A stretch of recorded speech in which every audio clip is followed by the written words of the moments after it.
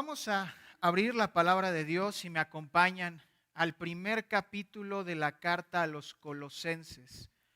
Colosenses capítulo 1, todos los versículos el día de hoy los voy a leer desde la Nueva Biblia de las Américas, pero los invito a que me acompañen con su vista en la traducción que ustedes utilicen. Y vamos a leer los versículos 15 al 20 del primer capítulo de Colosenses. Si tienen el pasaje ya conmigo, los invito a que nos pongamos de pie y que me sigan con su vista mientras tomamos lectura para después orar y comenzar nuestro estudio de la palabra de Dios. Dice así Colosenses capítulo 1, versos 15 al 20, la palabra de Dios a través del apóstol Pablo escribiendo a la iglesia en Colosas. Él es la imagen del Dios invisible, el primogénito de toda creación, porque en Él fueron creadas todas las cosas, tanto en los cielos como en la tierra, visibles e invisibles, ya sean tronos o dominios o poderes o autoridades, todo ha sido creado por medio de Él y para Él. Y Él es antes de todas las cosas, y en Él todas las cosas subsisten. Y Él es también la cabeza del cuerpo, que es la iglesia. Él es el principio, el primogénito de entre los muertos, a fin de que Él tenga en todo la primicia. Porque agradó al Padre que en Él habitara toda la plenitud, y por medio de Él reconciliar todas las cosas consigo mismo, habiendo hecho la paz por medio de la sangre de su cruz, por medio de Él, ya sean las que están en la tierra o las que están en los cielos. Bendito Dios, háblanos a través de tu palabra. Te lo rogamos porque ahora que nos acercamos a conocer los nombres por los cuales te conocemos, así hemos de adorarte, Señor, por quien tú te has hecho conocer y te has revelado a nosotros a través de tu gloriosa palabra. En Cristo te lo rogamos, amén y amén. Pueden tomar sus lugares, mis hermanos, muchas gracias. La carta a los Colosenses fue escrita por el apóstol Pablo a una iglesia, mis amados hermanos, que él no fundó. De hecho, se cree que Pablo no visitó la iglesia de Colosas. Entonces estamos hablando de una carta especial porque aunque Pablo conocía los problemas que había en Colosas, lo vemos por Colosenses 1:7 cuando habla del testimonio de Epafras o Epafras, vemos que Pablo trata de ser lo más enfático posible acerca de la persona de Cristo. ¿Por qué sucede esto? Porque en la iglesia de Colosas el problema que había era que se creía que Cristo Jesús no podía ser Dios totalmente porque era un ser de carne y hueso. Y en ese tiempo, en el primer siglo, decían, ¿cómo es posible que un ser de carne y hueso, un hombre como nosotros que es pecador, pueda ser Dios? Y entonces llegamos a este pasaje en el versículo 15 del capítulo 1. Ahora nota esto, es el versículo 15. Está comenzando apenas la carta a Pablo y ya está describiendo a Cristo. Y lo hace por medio de, en el original vemos algo que parece ser un poema, un himno que Pablo compone o cita para describir a la persona de Jesucristo. Ahora, en ninguna otra parte del Nuevo Testamento, se los firmo y aseguro, vamos a encontrar un texto tan nutritivo y tan lleno de descripciones, escucha esta palabra, cristológicas. ¿A qué me refiero con esto? Respecto de Cristo. Nada en el Nuevo Testamento alaba tanto al Señor como lo vamos a ver hoy en Colosenses 1:15 al 20. Y Pablo lo escribe para identificar al Señor. ¿Y por qué tiene que ver esto con los nombres de Dios? Se preguntarán. Bueno, mis amados hermanos, estamos acostumbrados a reconocer al Señor por sus nombres en hebreo. Si se dan cuenta, todos los nombres que ascribimos y dejamos en nuestras oraciones respecto de Dios son nombres en hebreo, nombres que extraemos del Antiguo Testamento. Y no me malentiendan, no tiene nada de malo hacer esto. Pero en el Nuevo Testamento el Señor también se identifica.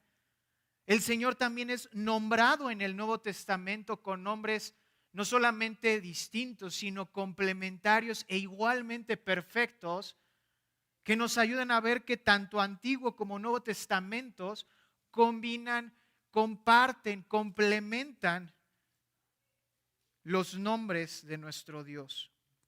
Entonces, ahora que mi hermano Ramiro nos hizo el favor enorme de compartirnos un resumen de los nombres de Dios en el Antiguo Testamento, veremos los nombres de Dios en el Nuevo Testamento. Y en este pasaje hallamos nada más y nada menos, amados hermanos, que 11 nombres que nos van a identificar a Cristo como el auténtico y único Dios. 11 nombres que van a guiarnos a identificar a Cristo como el único y auténtico Dios. Entonces mira cómo comienza el versículo 15. Él es la imagen del Dios invisible. Ahí está el primer nombre, la imagen. El hombre fue llamado a no serse ninguna imagen de Dios, ¿no es así? En Éxodo 24 se nos enseña que no debemos hacer una imagen de Dios, ya sea representada en los cielos o en la tierra o debajo de la tierra. ¿Se han preguntado por qué, mis amados hermanos? ¿Por qué no podemos hacernos una imagen de Dios para adorarla?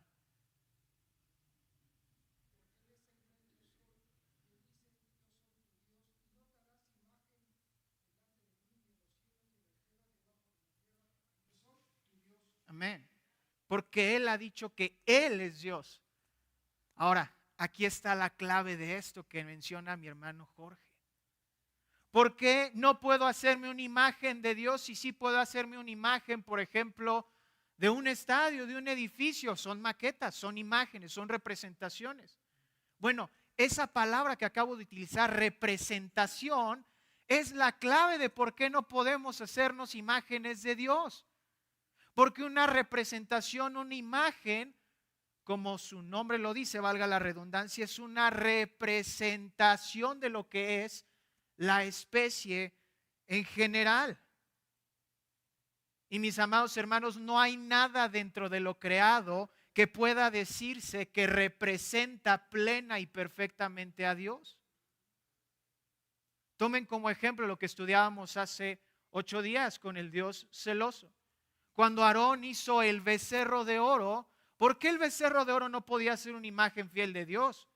Bueno, en primer lugar, algo que sí representaba el becerro de oro era la cercanía que Dios tenía en medio de su pueblo. El becerro estaba en medio del pueblo y habitaba en medio del pueblo. Pero ¿qué crees? El becerro no es omnisciente. El becerro no es omnipotente. El becerro ni siquiera podía hablar. ¿Qué clase de imagen de Dios es esa?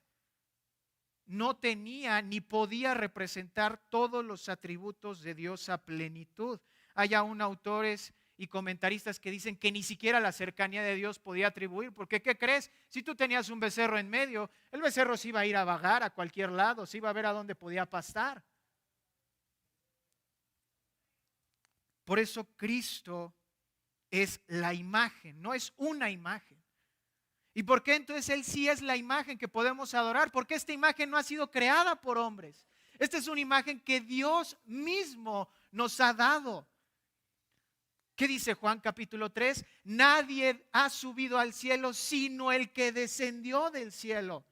Y Cristo mismo se identifica porque Él dice en Juan 14, mis hermanos, el que me ha visto a mí, ha visto al Padre. Qué glorioso es eso. Hebreos 1 nos dice también, hace el año pasado, si mal no recuerdo, año antepasado que estudiamos la carta a los hebreos aquí, se nos enseña en Hebreos 1 que Él es el resplandor de la gloria de Dios. Es increíble ver eso. Ahora, hay una cosa más respecto a la imagen de Cristo, siendo Él la imagen del Dios invisible. La imagen que vemos en los evangelios, y esto debería sorprendernos, es una imagen parcial. La imagen que vemos en la transfiguración es una imagen parcial. La imagen que Juan vio en la visión del Apocalipsis es una imagen parcial. ¿Y por qué digo parcial? Porque la imagen que veremos de Cristo a plenitud, primera de Juan 3, cuando le veamos cara a cara, será infinitamente más gloriosa. Entonces la imagen misma de Cristo, su gloria perfecta, aún está velada, de modo que no hemos visto toda la plenitud de la gloria. Esto debería ser sorprendente para nosotros, porque eso significa que aún hay más gloria por descubrir de nuestro Señor.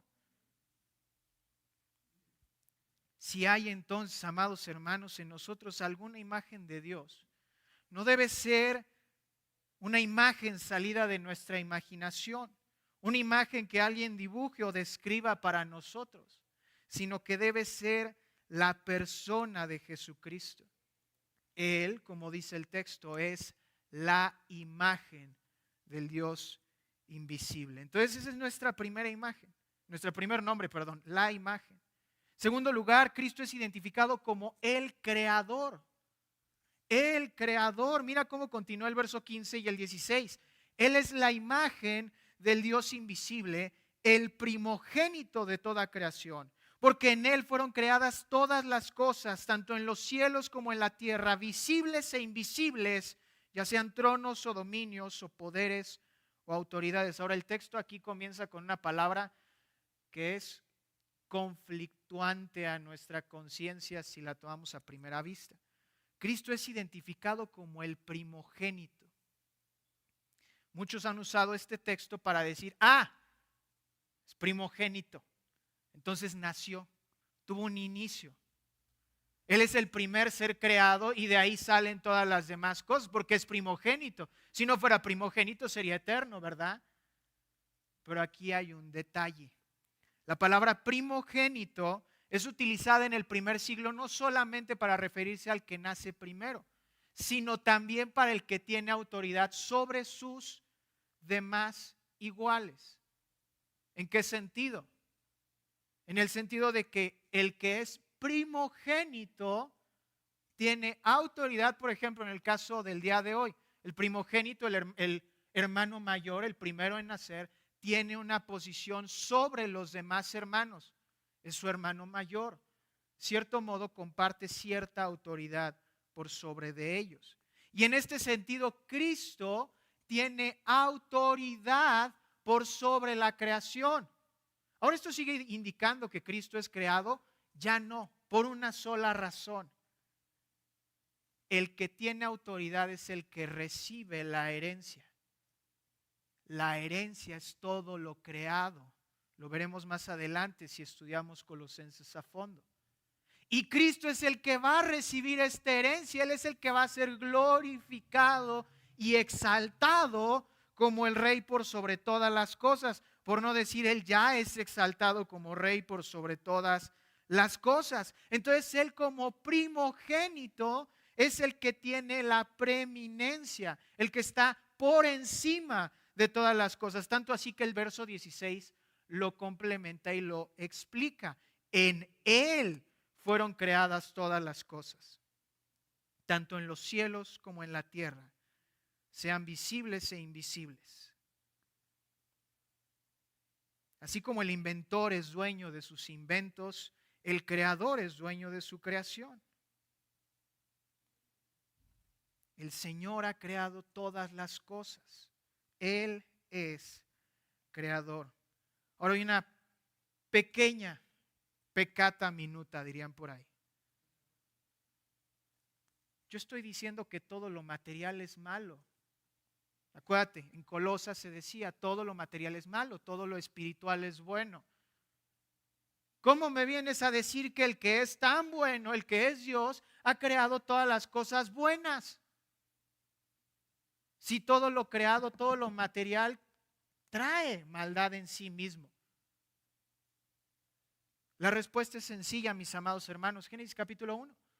Vio Dios todo lo que había hecho y he aquí era bueno en gran manera. Entonces, ¿por qué es malo al día de hoy? Bueno, porque llegó al huerto alguien llamado hombre que pecó y contaminó la creación. Pero la creación hecha por Dios en su esencia creada es buena. ¿Por qué? Simplemente porque ha salido de las manos de Cristo. Él es el creador. Entonces ya vimos la imagen, el creador. Y viene algo más glorioso. Cristo es identificado como el propósito. El propósito. Mira cómo continúa el verso 16. Porque en Él fueron creadas todas las cosas, tanto en los cielos como en la tierra, visibles e invisibles, ya sean tronos o dominios, poderes o autoridades. Todo ha sido creado por medio de Él y para Él. Este es el propósito del mundo creado. Hemos sido creados, como dice Isaías 44, para las alabanzas de su gloria. De modo que Él y solo Él recibe toda la gloria por siempre. Hay un texto precioso y de hecho acompáñame. Ahí no pierdas Colosenses. Bueno, de hecho vamos a dar 2 vueltas a sus páginas, no lo van a perder. Filipenses capítulo 2, es el libro que está antes. Filipenses capítulo 2, y este texto casi lo sabemos de memoria. Filipenses 2, 5 al 11. ¿No es así? Vamos a hacer énfasis en el verso 11, pero mira cómo comienza desde el verso 5. Haya pues en vosotros este mismo sentir que hubo también en Cristo Jesús, el cual, siendo en forma de Dios, no estimó el ser igual a Dios como cosa que aferrarse, sino que se despojó a sí mismo, tomando forma de siervo, hecho semejante a los hombres. Y estando en forma de hombre, se humilló a sí mismo, haciéndose obediente hasta la muerte y muerte de cruz. Verso 9. Por lo cual Dios también le exaltó hasta lo sumo y le dio un nombre que es sobre todo nombre, para que al nombre de Jesús se doble toda rodilla de los que están en los cielos y en la tierra y debajo de la tierra, y toda lengua confiese que Jesucristo es el Señor, para la gloria de Dios Padre. Ese es el propósito de la creación. Romanos 11:36, porque de Él y por Él y para Él son todas las cosas.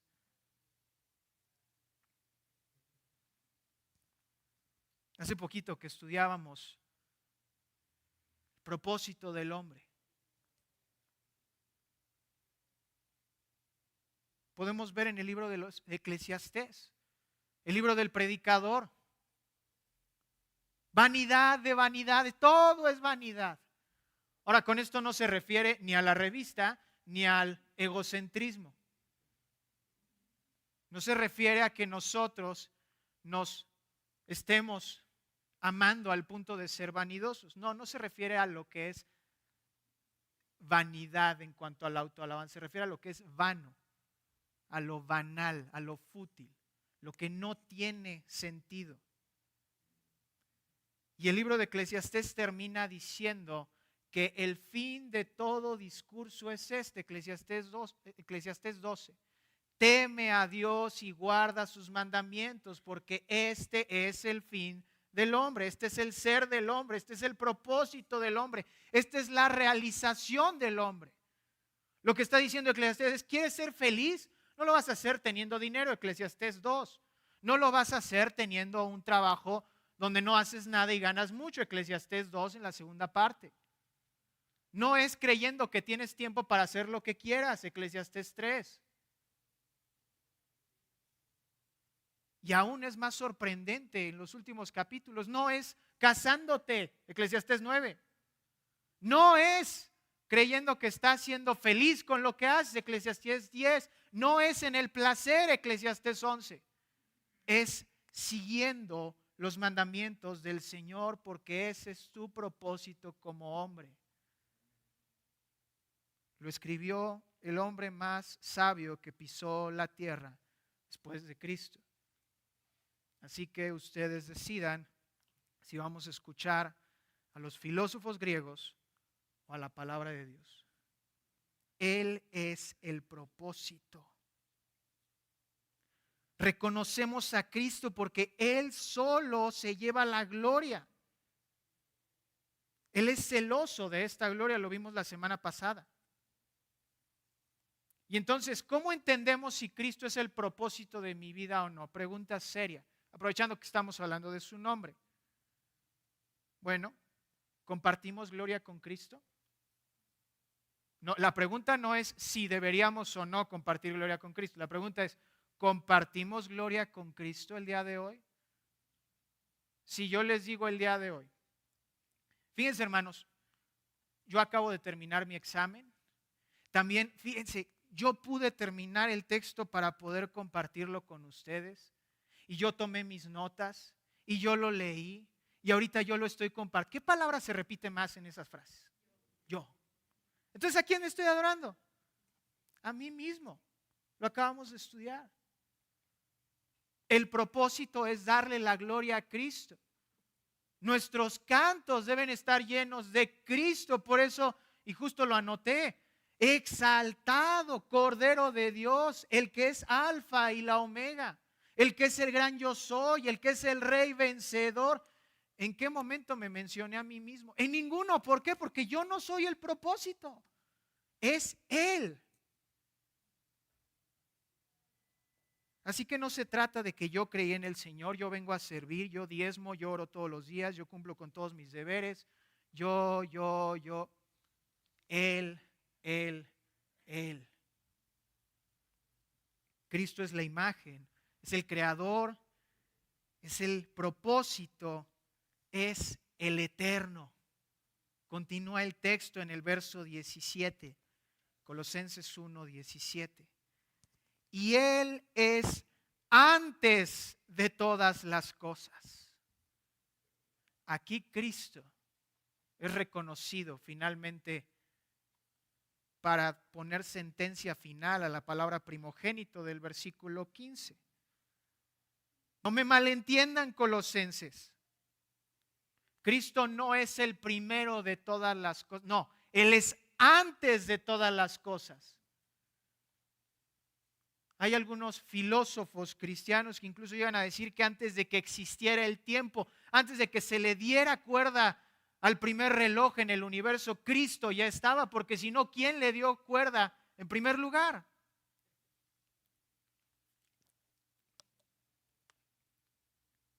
Cristo es previo o está por delante de todas las cosas. Ahora, mis amados hermanos, si Él es eterno, es omnisciente, y si es omnisciente, es providente. Y si es providente, entonces no tenemos por qué confiar en algo o alguien, escucha esto, que está en este tiempo, sino que está por encima de este tiempo. Lo voy a decir otra vez, pero con otras palabras, amados hermanos. No deberíamos ni podríamos confiar en alguien que esté junto con nosotros atravesando y limitados por este tiempo, cuando tú y yo ya conocemos al que está por encima del tiempo, aquel que trasciende el tiempo. Es Él en quien debemos confiar. Esa es la mención que hace Pablo. Él es antes de todas las cosas y continúa, siguiente nombre, es sustentador. En Él todas las cosas permanecen o subsisten, dependiendo de su traducción.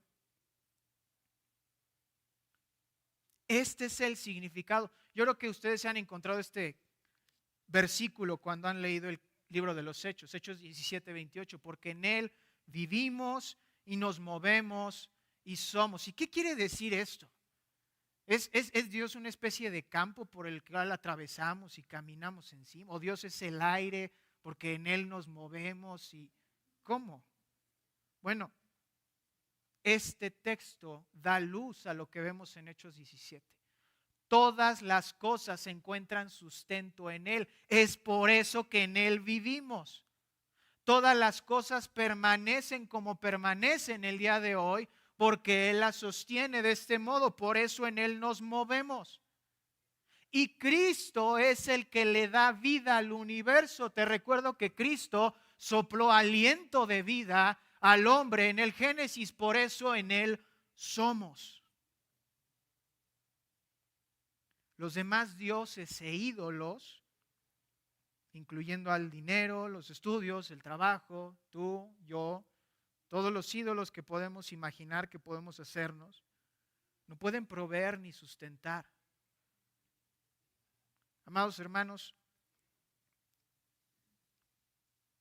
ustedes recuerdan cuando al peso mexicano le pusieron o le quitaron o le movieron ahí entre el 92 y el 95 los famosos ceros. Y de pronto los millones ya eran decenas o miles de pesos. El dinero ya no valía lo mismo. Ya era papel. Otra vez. Y hoy con la inflación lo mismo vuelve a cantarse. Digo, ya no le ponen, ni quitan, ni hacen, ni mueven. Pero vemos el dinero y decimos, pues, ¿para qué me alcanza con 20 pesos? Para el agua. Hermanos, fíjense, digo, será divertido, pero yo me acabo de enterar, ya no hay chicles de 50 centavos. Ya no hay. Ya no te aceptan 50 centavos en las tiendas. Nada puede sustentarnos ni proveernos salvo Dios. ¿Quieres un ejemplo? Las 10 plagas. Las 10 plagas. Los egipcios no tenían un solo Dios como el pueblo de Israel. Tenían una cantidad impresionante. Se cree que al menos tenían 25 dioses. Al menos. ¿Y cuántos de ellos, incluso trabajando de manera conjunta, pudieron al menos frenar una de las 10 plagas? Ni siquiera pudieron repetir esos milagros. Oye, pero la Biblia dice que lo repitieron. Bueno, porque es sencillísimo fingir que yo puedo hacer un milagro. Escuchen lo que dije, fingirlo. ¿Recuerdan la vara? La vara que se convirtió en cobra, en serpiente. Oye, la de los magos también se convirtió. Por supuesto, nada más necesito un tubo, meter una serpiente ahí y cuando la aviente al suelo, se rompe el tubo, sale la serpiente. Mucha magia. Pero ¿qué crees? La serpiente que Moisés tenía en su mano, o la vara que se convirtió en serpiente, se comió a las de los egipcios. Y cuando Moisés volvió a tomar la serpiente por la cola, se volvió vara otra vez. A ver, hagan eso. Ya no lo hicieron. El Señor convirtió el Nilo en sangre. Ah, bueno, es fácil, voy a la tienda y compro tinte rojo. También convierto el agua en sangre. Pero el Señor después de eso volvió el agua, o volvió la sangre nuevamente agua. A ver, purifiquen el agua. Y en ese tiempo no había purificadoras, hermanos. ¿Cómo le hacías? Ninguno de los dioses podía sustentar. Mis amados hermanos, nada se escapa de la mano de Dios. Él nos sustenta de manera individual y colectiva. Y si tenemos necesidad alguna, podemos, y reitero, debemos venir confiados a Él. Él es el sustentador. Ya vimos la imagen, el creador, el propósito, el eterno, el sustentador. Sexto nombre, la cabeza. La cabeza. Verso 18. Colosenses 1:18. Él es también la cabeza del cuerpo que es la iglesia. Cuando menciona la cabeza, por el contexto histórico sabemos que Pablo está diciendo Cristo es el fundador de la iglesia, es el objeto de adoración de la iglesia y es el sumo sacerdote de la iglesia. Generalmente vemos a Cristo como eso, pero hay una palabra que resume esos tres oficios en un solo término. Él es la cabeza. Esto es contrastante con las demás religiones del mundo. ¿Por qué? Bueno, es muy sencillo, porque las demás religiones tienen hombres muertos como cabeza de su iglesia. ¿Quién es la cabeza del catolicismo romano? San Pedro. Está muerto. ¿Quién es la cabeza en el Islam? Mohammed, muerto. ¿Quién es la cabeza en el budismo? El Dalai Lama. Oye, pero ese sigue vivo. No, eso no cuenta. El cuate dice que está reencarnando. Eso no es cierto. Está muerto. El primero está muerto. El cristianismo y el cristiano, por ende, es el único que puede decir que su cabeza sigue viva. Es el único que puede decir que tiene como cabeza a un hombre, H mayúscula, vivo, a Cristo Jesús. Y de este modo dice que, nota, porque no solamente dice Él es la cabeza, Él dice Él es la cabeza del cuerpo que es la iglesia. Ante esto, el teólogo escocés F. Bruce dice, y cito, Cristo es la cabeza, supliendo vida y ejerciendo control y dirección. Su congregación es su cuerpo, sus órganos y sus tejidos, bajo su control, obedeciendo su dirección, haciendo su obra. Y la vida que fluye por dicho cuerpo es su resurrección, la vida eterna que Él comparte con ellos. Qué preciosa descripción del cuerpo de Cristo. Él es la cabeza que nutre a todo el cuerpo. Y Él como cabeza nos nutre día tras día. Cristo no es cabeza de la iglesia solo los días domingo. Cristo no es cabeza de la iglesia solo los días del Señor, sino todos los días, todo el tiempo, a toda hora.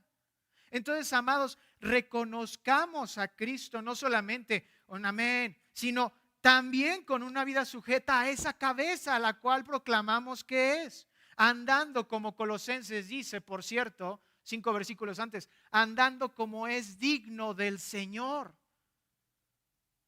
Somos cuerpo de esa cabeza, entonces recibamos las instrucciones de la cabeza.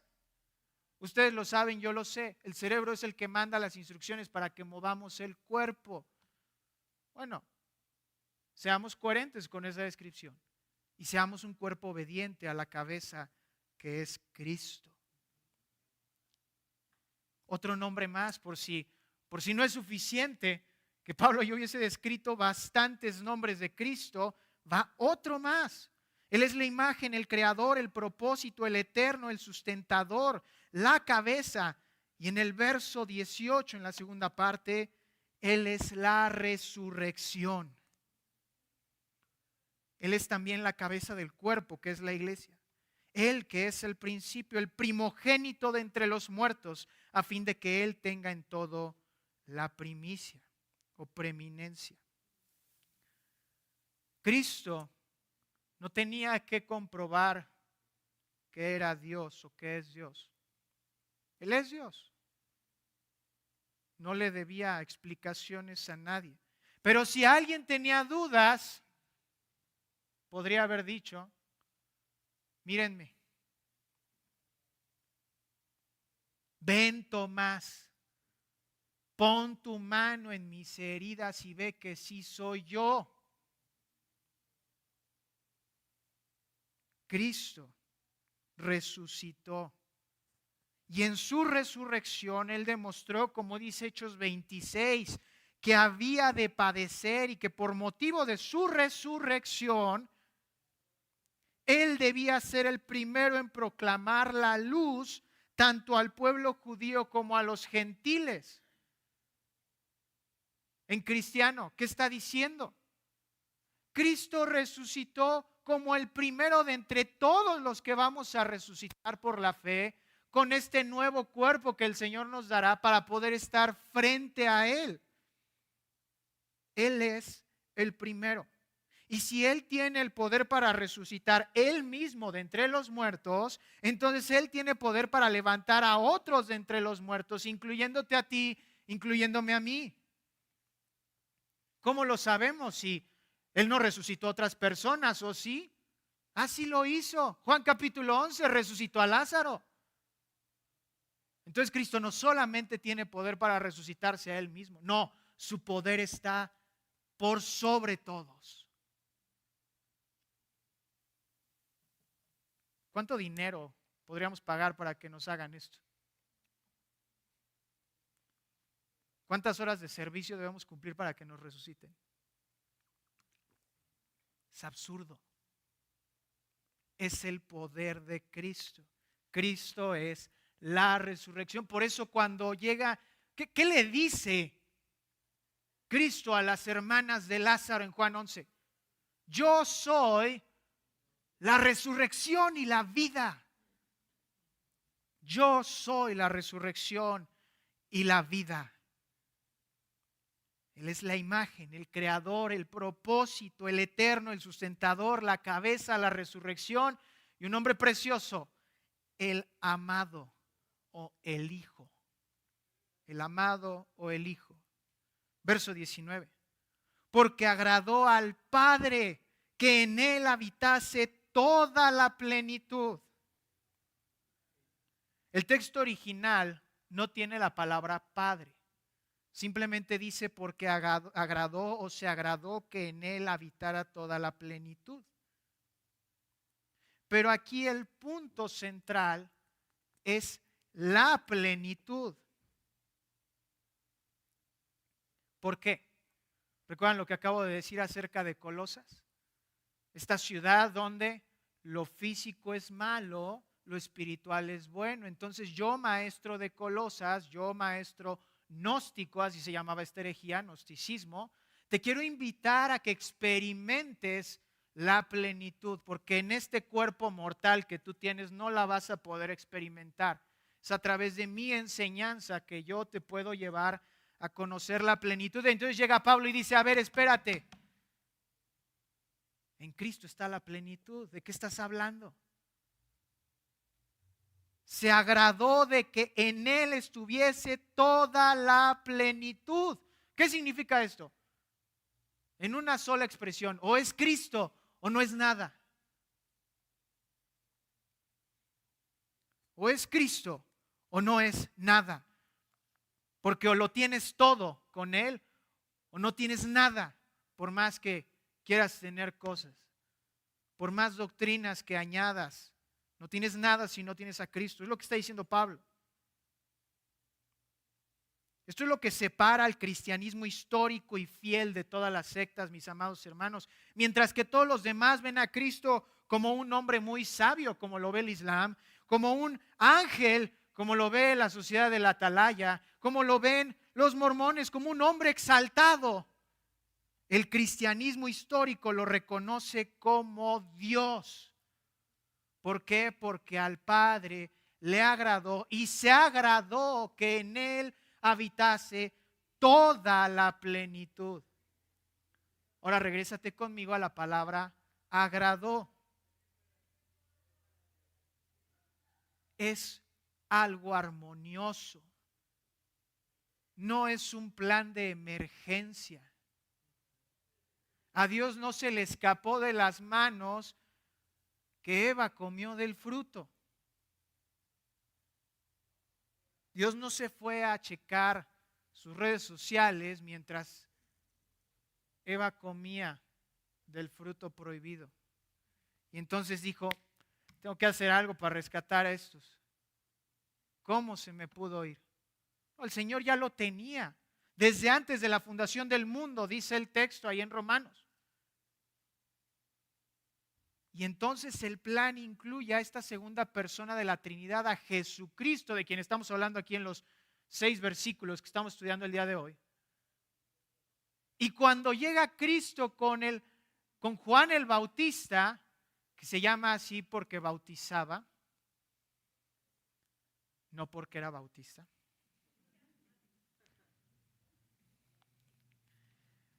Va con Juan el Bautista y le dice, bautízame. Juan, conociendo quién era Jesús, habiendo estudiado Colosenses, digo, en ese momento no estaba escrito, pero me entienden mis hermanos, él reconoce a Cristo. Ahí en el Evangelio según Juan dice, aquí el Cordero de Dios. Y entonces llega, que quita el pecado del mundo, en efecto. Y entonces llega Cristo con Juan y le dice, bautízame. Y dice, ¿cómo me pides que yo te bautice? Eres tú el que me debes bautizar a mí. Y Cristo dice, no así, porque se debe cumplir toda justicia. ¿Qué está diciendo Cristo? Primero debo ser bautizado. Soy yo quien debe ser la primicia. Yo debo de ser el primero de entre todos los demás. Soy yo quien pondré el ejemplo. Y entonces Juan bautiza a nuestro Señor. Y cuando Él sale del agua, tú conoces este pasaje, se abren los cielos. Una paloma desciende visiblemente y se posa sobre nuestro Señor. Y la voz que permanece en el cielo dice, este es mi Hijo amado, en Él tengo complacencia. La segunda vez que se escucha esto es 7 días después de que Pedro confiesa, tú eres el Cristo, el Hijo del Dios viviente. Y esta semana después llega Cristo con sus discípulos Juan, Jacobo y Pedro y les dice, subamos al monte, suben al monte. Y entonces Cristo revela parte de su gloria. ¿Recuerdas? Una revelación parcial de la gloria de Cristo. Es la imagen parcial por el momento. Cuando lleguemos allá lo veremos en plenitud. Pero revela parcialmente su gloria y estos hombres quedan atónitos.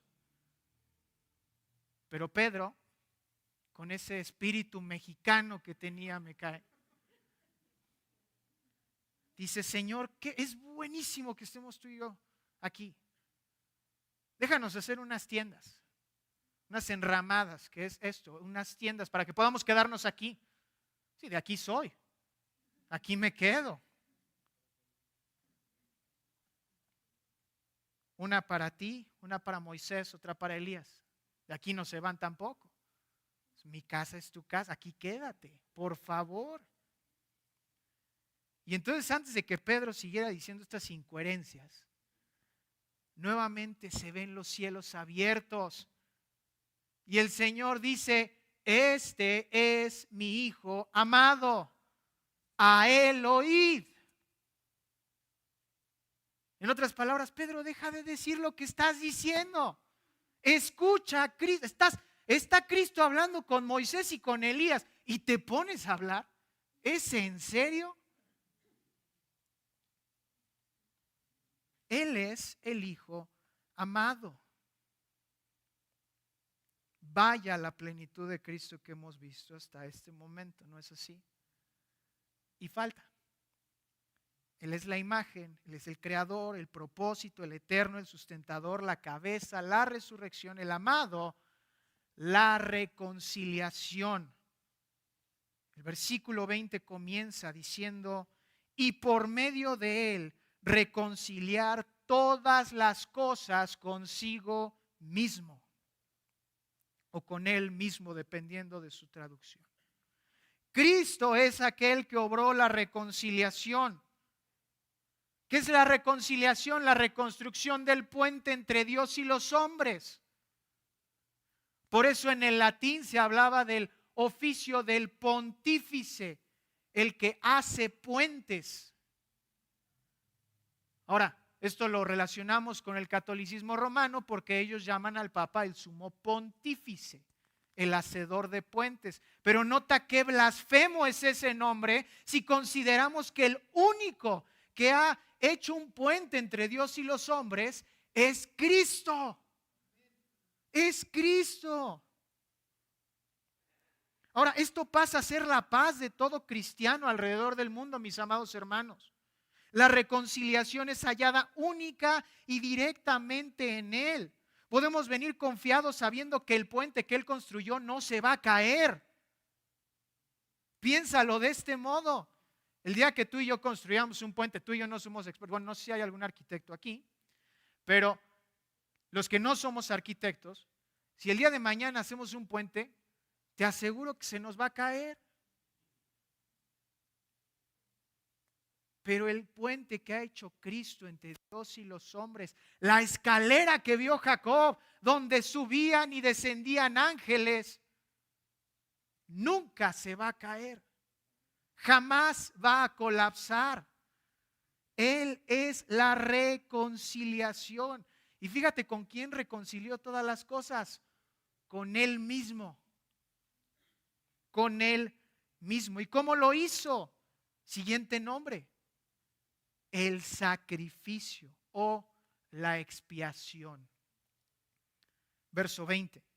Y por medio de Él reconciliar todas las cosas consigo mismo, habiendo hecho la paz por medio de la sangre de su cruz. Nosotros estábamos en guerra con Dios, esto ya lo sabemos. Tú y yo como pecadores nos habíamos constituido enemigos de Dios, Romanos capítulo 5. Pero Él ha pagado por nuestros pecados. Lo estudiábamos hace unas semanas. Él intercambió nuestra muerte por su vida.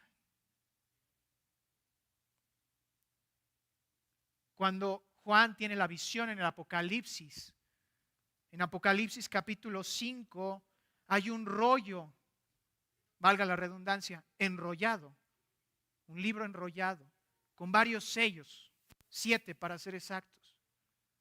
Y Juan empieza a llorar porque dicen, no hay nadie, no había nadie que fuera digno de abrir este libro y desatar los sellos.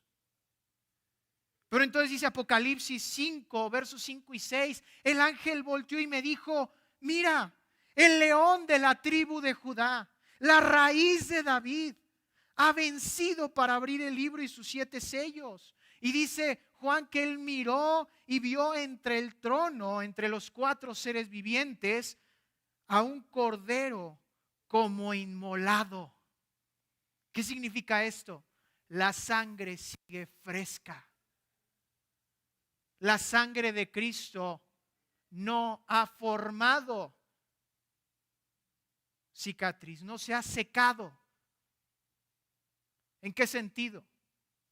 En que la sangre de Cristo sigue pagando, o sigue, mejor dicho, presentándose delante de Dios como el sacrificio perfecto, como la paga completa.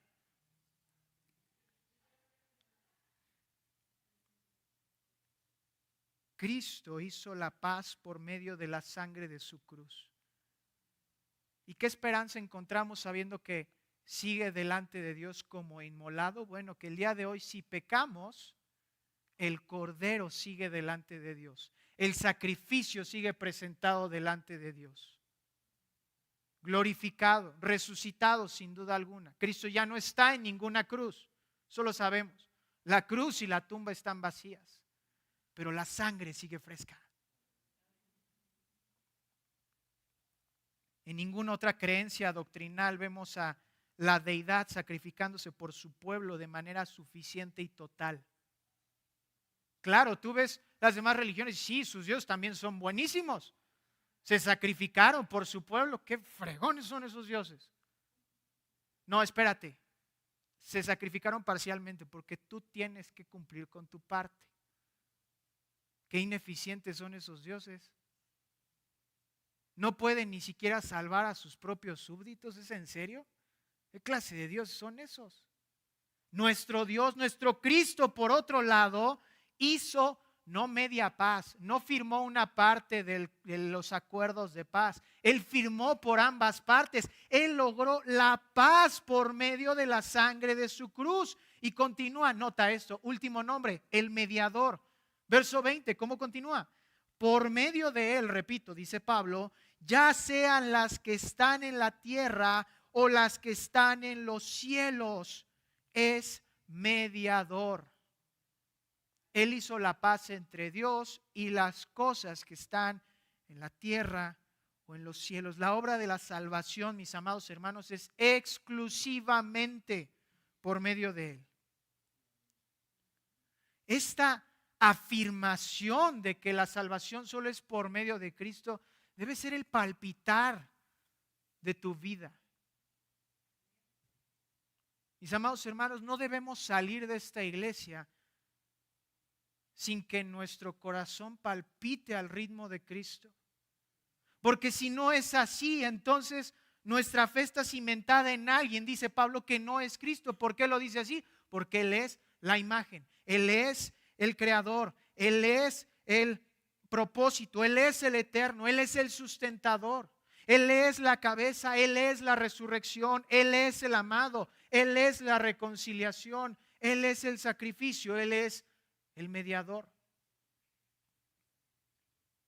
¿Cuántas de esas veces, volviendo al ejemplo del yo, Pablo se mencionó a él mismo? En ninguna.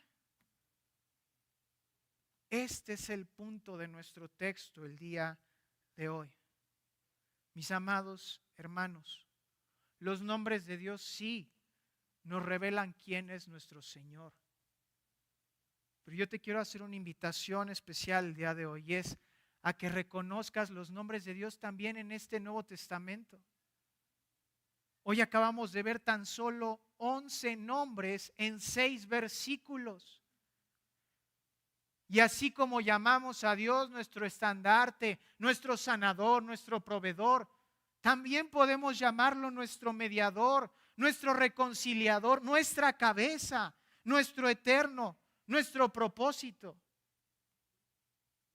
¿Sabes cómo lo llama Habacuc? Y con esto terminamos. De hecho, acompáñame a Habacuc capítulo 1 y será nuestra lectura final. Habacuc capítulo 1. Habacuc sí está en sus Biblias. Está después de Nahum, si esto les sirve.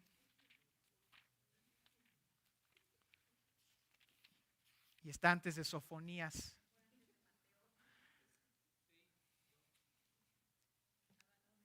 Habacuc capítulo 1.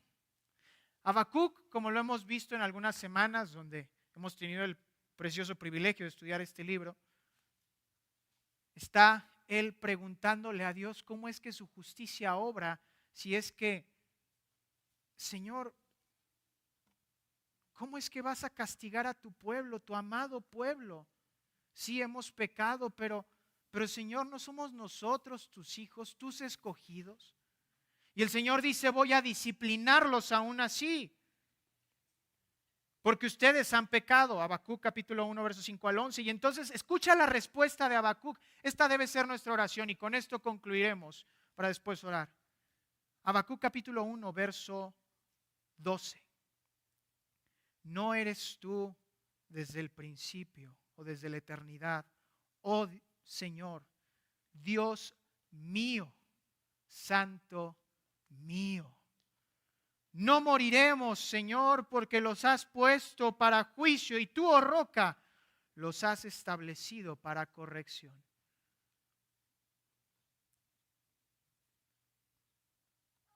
¿Cuál es la oración de Habacuc que sirve de modelo para nosotros? Dios mío, santo mío, mediador mío, cabeza mía, reconciliación mía, eterno mío, propósito mío. Que eso sea lo que nos quedemos el día de hoy, mis amados hermanos. Que esos nombres de nuestro Señor nos lleven a confiar en que Él es, perdón por hacerlo en primera persona, háganlo ustedes también, mi Dios. ¿Oramos?